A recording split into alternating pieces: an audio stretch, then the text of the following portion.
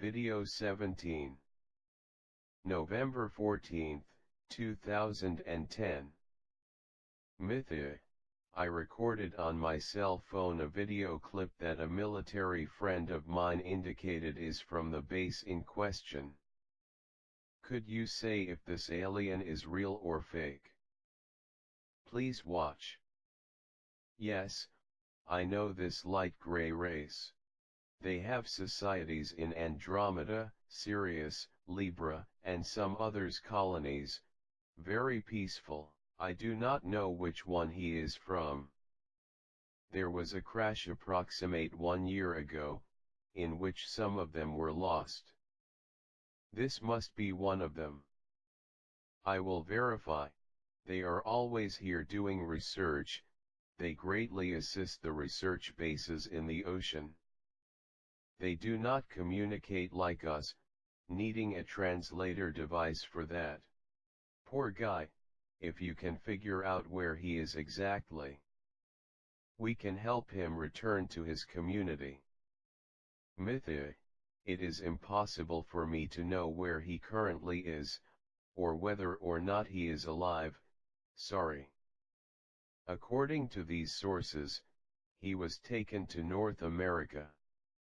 What is he saying? I don't know. I need to be talking with him personally by telepathy to understand. We never use words. What about Nibiru? Do you have some more information about it? Nibiru and its planets are on final approach and accelerating. That much is changing the Earth's crust, Venus, Jupiter, and the Sunday. The core of Pluto has warmed up a lot with the gravitational influences, and the small planet is pretty much kindling. Your scientists and astronomers are monitoring these changes and influences of the Nibiru system in relation to the orbits of these planets.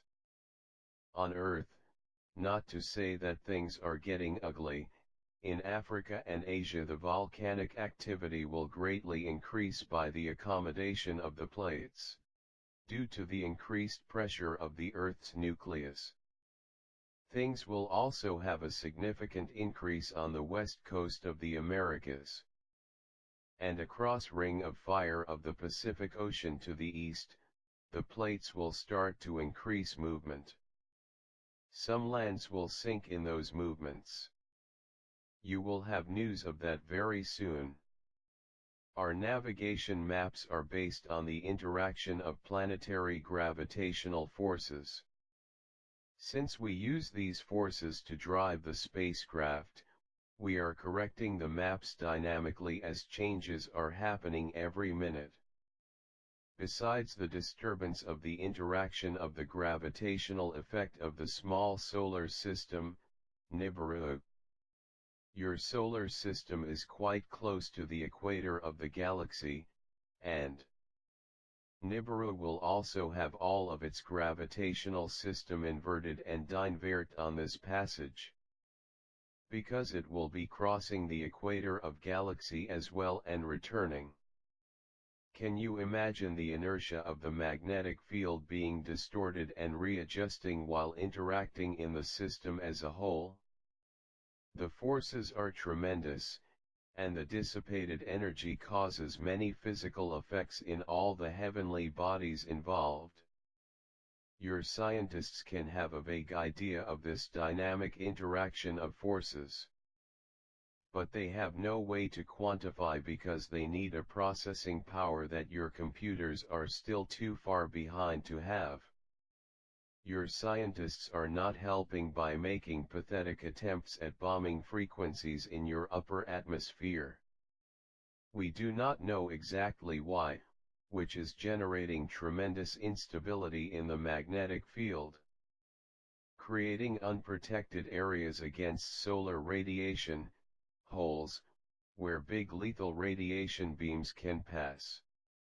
This will cause short-term exposure of your North Pole, diminishing the protective layer dramatically. It also hampers the passage of some of our spaceships. We have to make quick fixes when these frequencies are transmitted by those stations. Just to inform you, on Mars, the reptilians have one fully functional community there, already breathing the air of the new atmosphere. Several telescopes were placed in orbit around Mars to observe the Earth and the passage of the Nibiru system. Mythi, I have this photo taken by a telescope some time ago as Nibiru. Could you testify if it is? Yes, it's Nibiru solar system in a bad photo. It is approximate 360 days away for its passage within reach of your orbit. That big ship that is close to Jupiter that I mentioned earlier, they are making calculations and simulations in conjunction with the Community Galactica, for a hypothetical trial diversion route in the solar system Nibiru. It is only a hypothesis, do not believe that it will be performed. Mythi, I copied this image received by a telescope, and I would like you to tell us what that is. It looks like a space station. No, it's not a space station, but a transport spaceship probably from a planet in the system, Spica. That transport spaceship should not be there anymore because it's been many years that this image has been traveling through space to be captured by your telescopes.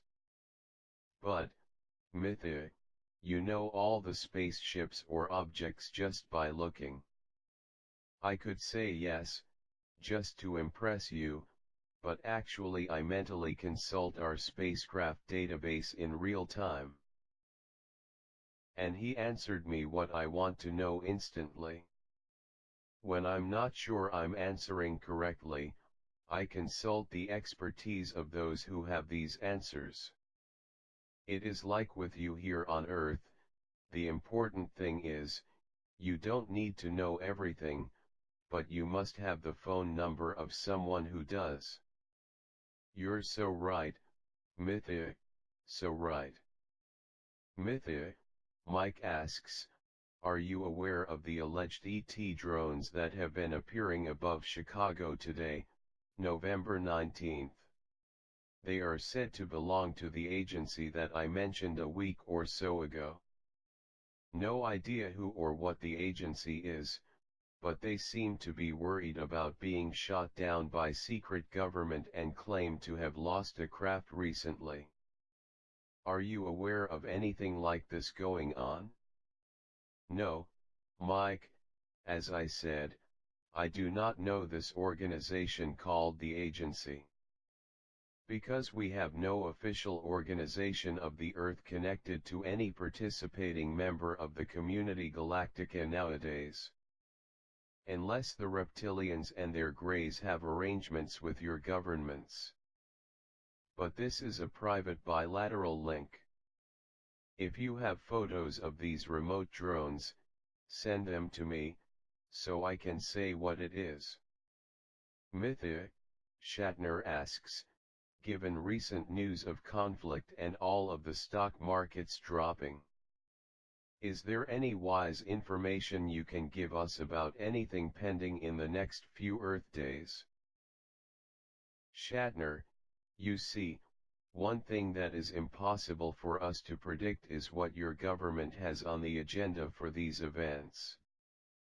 The advice I can give is to try to focus your resources on details that may be useful for survival in an emergency regime. Anything that is related to your global economy is safe because your government may be planning regional financial meltdowns, to force demands or simply to cause chaos. After making sure of the facts, when you realize that everything that is happening is for real, set up early to withdraw from large cities that will become anachronistic pitfalls, without resources. With equipment and supplies needed for your family to survive for some time, at least a year, drive to places that are likely to survive. Avoid being brought to any shelter provided by your government. Any other solution will be better than this. Mythi, Shatner asks, I live in South Cumbria, in England, in an area close to the Isle of Man. Are you there to take an interest in the nuclear plant on the west coast of Cumbria and the shipyard in Barrow? Is there any significance regarding the goings-on over Ravenglass recently? Shatner, any UFOs seen over the Barrow coast or Ravenglass should be Pleiadian auxiliary spacecrafts.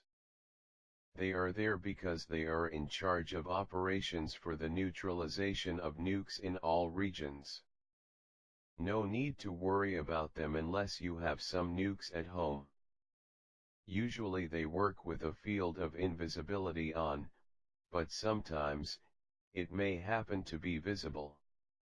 Sometimes it is necessary to turn off the field to deionize the fuselage of the craft.